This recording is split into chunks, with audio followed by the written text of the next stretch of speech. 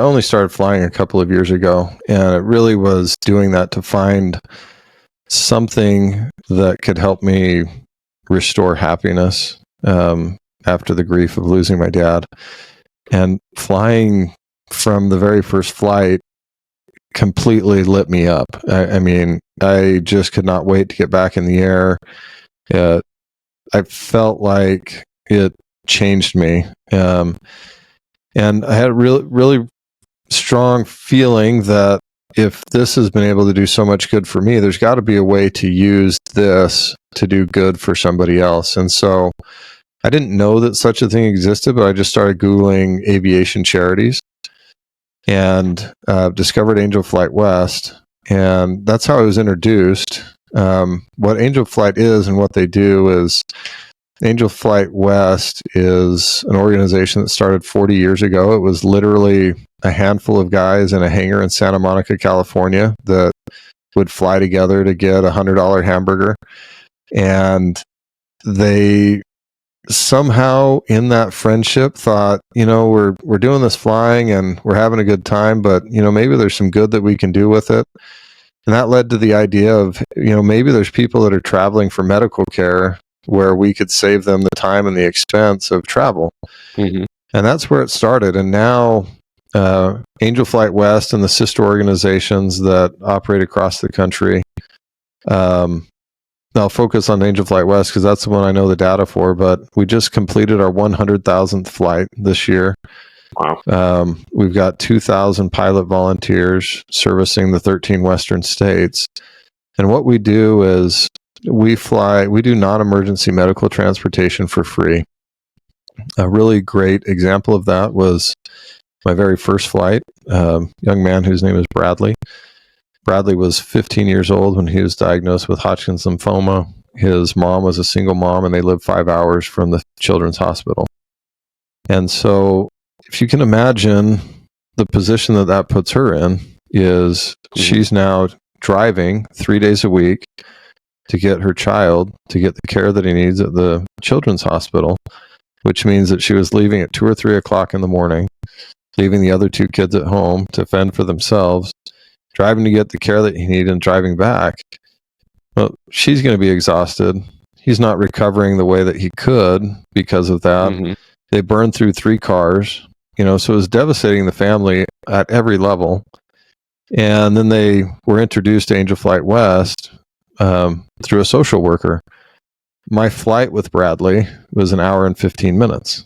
So I picked him up at the airport closest to his house, dropped him off at Deer Valley Airport in Phoenix. Another volunteer picked him up and drove him to the children's hospital. We had him back home before lunch.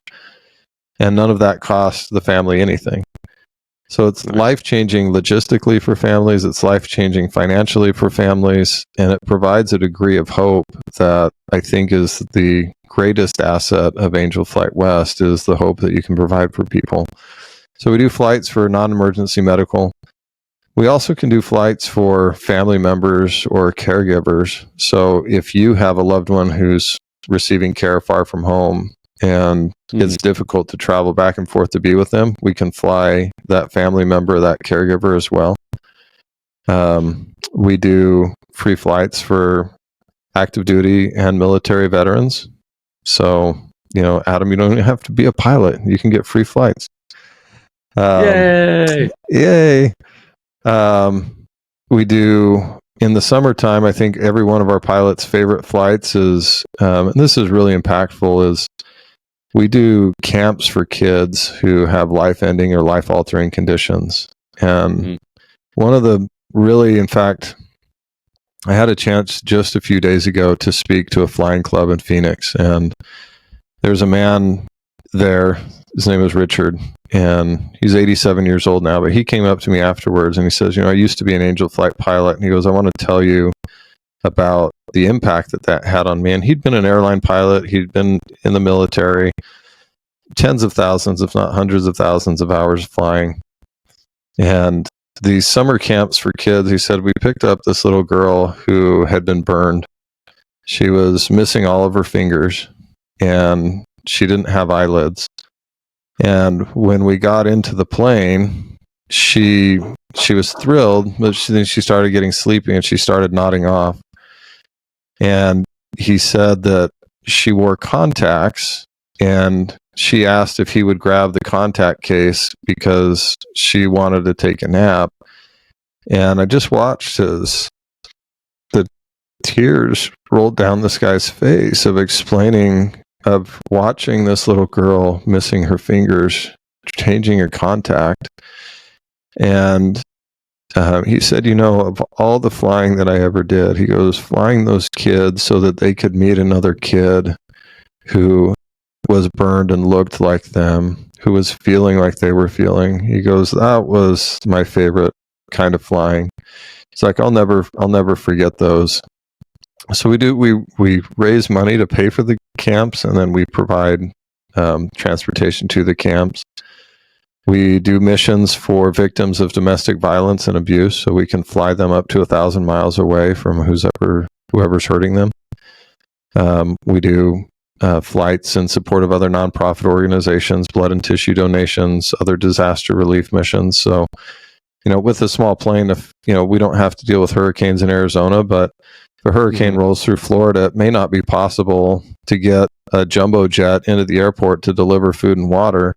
There's a pretty good chance that I can land my Bonanza on just about any clean road and drop off some cases of water. And so that's what we're able to do in those disaster areas, is fly in and out and either fly people out or fly supplies in. It's the only charity that I'm aware of that can boast that the charity actually gives about 4 times more than the donations it receives. So our operating budget last year was about $2 million. And our pilots donated over $8 million in like-kind donations, because our pilots pay for the fuel, they pay for the entire cost of the flight, they cover the cost of the transportation to and from the airport. So anything that's donated to Angel Flight West goes to help advertising for more flights and connecting with more families, because we think we're only serving maybe 5 or 10% of the families that we could be serving. And that's the biggest tragedy, is there's people out there who's suffering that we can relieve if we can just get the word out. Yeah, no kidding. I mean, it's awesome that you go from doing something just to kind of help relieve you from some sort of, from grief and tragedy, and now you're relieving a bunch of other people from their, tragedy and hard experiences, and that's phenomenal to hear. And you get to continue doing what you love to do. And you and I chatted about me wanting to do something like that, and that you actually answered one of my questions I was going to ask. Is like, I mean, if you're flying, like just normal, not 135, like you're just non-hired, like how do you get the expenses paid? But you still pay for the expenses to go fly the plane yourself. That's not covered. It's just all volunteer. I'm going to pay for the gas to get you there, and that's really cool. But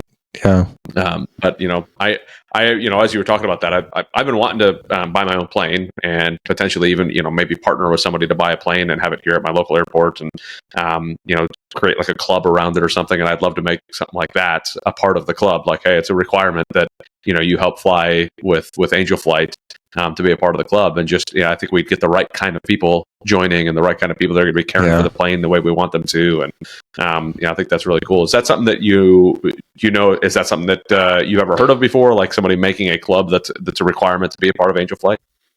I haven't heard of that, but that's something I could fully support. And I think that for most pilots, that's not going to be a huge ask. I mean, you're dealing primarily with people that have had a measure of success that allows them to now enjoy something that they really love. There are exceptions to that, but for the most part, they're a fairly successful group of guys that are out there flying airplanes.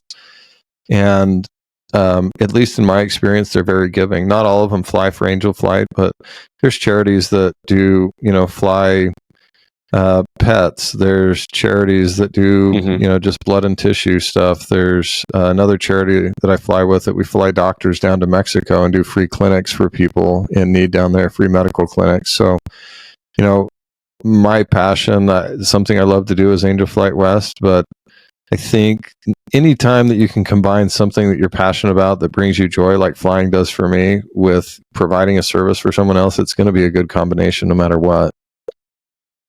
That's really cool. Yeah, I Yeah, I mean, if you fully support it, then I'll ask you to pay for the entire thing to set it up and everything too. So just you already mentioned you fully support it, so I'll totally be reaching out to you for a check, as I said. Let's do it. But no, I think it would be a lot of fun. It might even help convince my wife to buy the plane sooner rather than later. So we'll see how that goes. So, sometimes the principle of forgiveness is better than permission on those things, Adam. So sometimes just let her know that you bought her a plane for your anniversary. That you were thinking of her. Good. Yeah. Yeah. You wanted to be able to get her to enjoy the places that she wanted to see, the things that she wanted to do in a much more efficient manner. And so you sacrificed and bought her a plane. This is going to come out right around the time of our anniversary. So I think that's perfect. I think this is, this could be how I introduce her to our plane as I play this for her. And then just name it after her. So. She'll be totally thrilled. Yeah, I actually bought I forgot to renew it. I need to renew it again. But I bought an N number that actually means something for Raquel and I. So I need to go ahead and renew that one again, as it has like our the numbers of our anniversary and that type of stuff.